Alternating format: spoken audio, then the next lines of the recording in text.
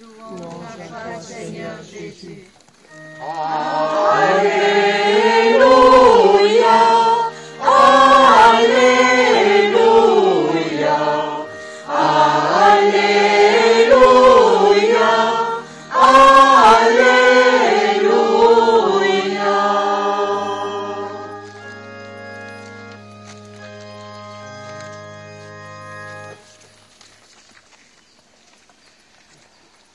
Voilà, je voulais vous parler un peu.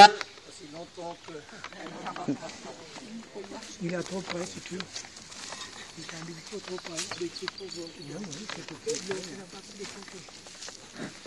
L'appareil est allergique à ma voix. Ça doit être la voix du lundi matin. On m'a dit ça tout à l'heure. Hein. Je voulais vous parler un peu de la paix.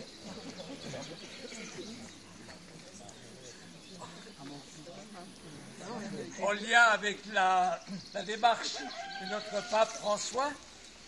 Vous savez qu'il y a 15 jours, il était allé en pèlerinage en Terre Sainte et il avait invité le président de l'autorité palestinienne, Mahmoud Abbas, et le président de l'État d'Israël, Shimon Peres, à venir chez lui, à Rome. Il avait dit, j'offre ma maison, à venir chez lui pour prier pour la paix. Ça s'est fait hier, hein. Vous avez peut-être pu suivre, hier à 19h je crois, dans un lieu neutre, les jardins du Vatican. Il fallait un lieu neutre, sans symbole religieux trop précis, hein, pour que les Juifs se sentent à l'aise, hein, les chrétiens bien sûr, hein, mais il y avait aussi des musulmans, pour que tout le monde se sente à l'aise.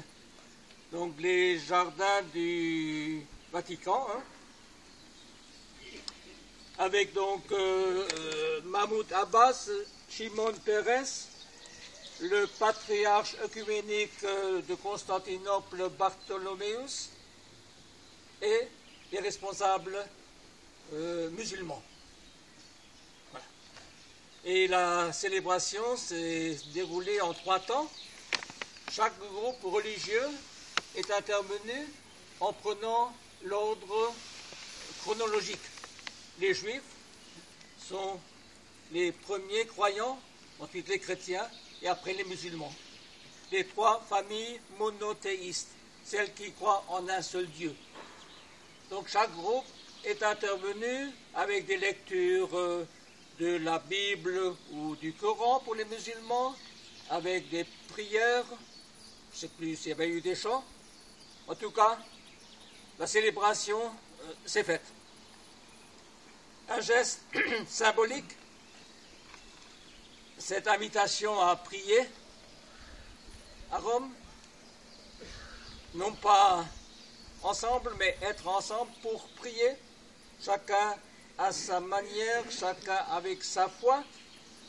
Une invitation qui peut laisser perplexe et même sourire. Hein. On sait très bien que Mahmoud Abbas et Shimon Peres ne sont pas de grands croyants. C'est le moins qu'on puisse dire. Hein. Et leur manière d'agir le prouve. Ensuite, Mahmoud Abbas n'a quand même pas trop de pouvoir. Et Shimon Peres est à 2 jours de la fin de son mandat. Donc demain ou après-demain, il n'est plus président de l'État d'Israël. Et ensuite, il y a la question du fond que je crois que nous nous posons aussi. Hein. À quoi sert la prière? Qu'est-ce que cela peut changer? Qu'est-ce que cela peut changer? Alors, il y a d'une part la conviction du pape François. Lui est persuadé de l'apport décisif de la prière. Et si lui est persuadé, lorsqu'on voit sa manière d'agir, ses convictions, on se dit, ça ne doit pas être idiot de prier pour la paix.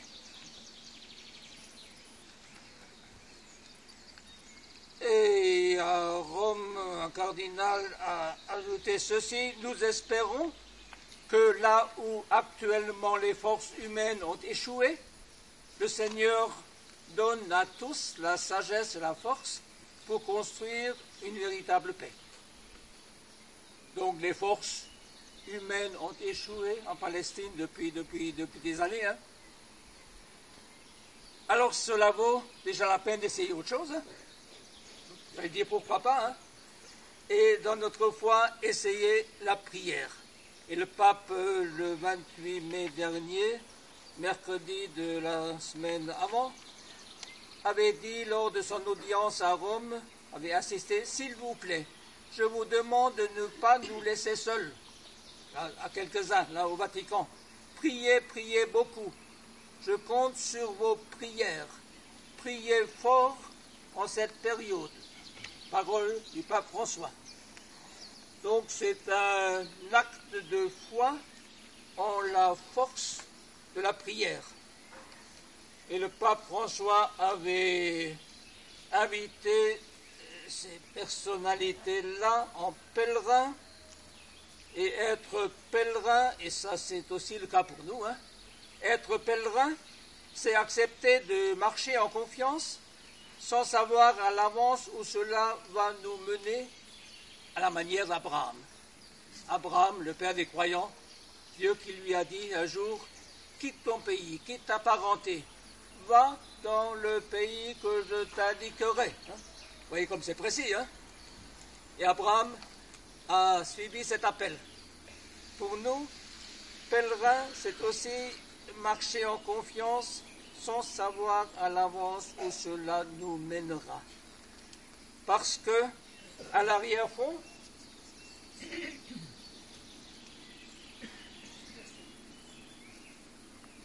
je retrouve la bonne page.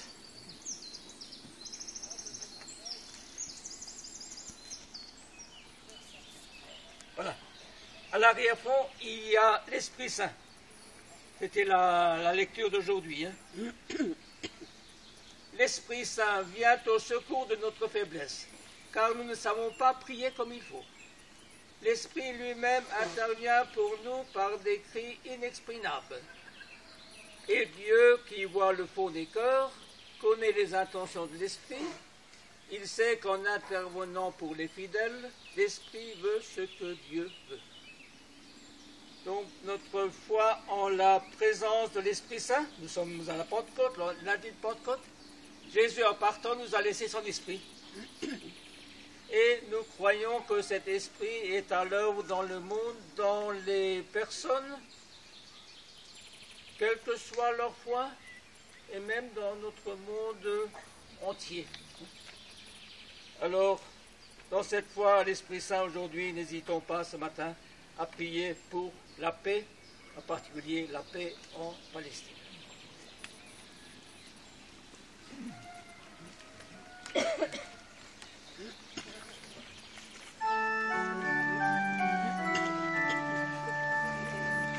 Credo in unum Deum, Pater omnipotentem, Factor Ecclesiae Terrae, visibilium omnium, et invisibilium. In unum Dominum Iesum Christum, Filium Dei unigenitum, et ex Mater Natum,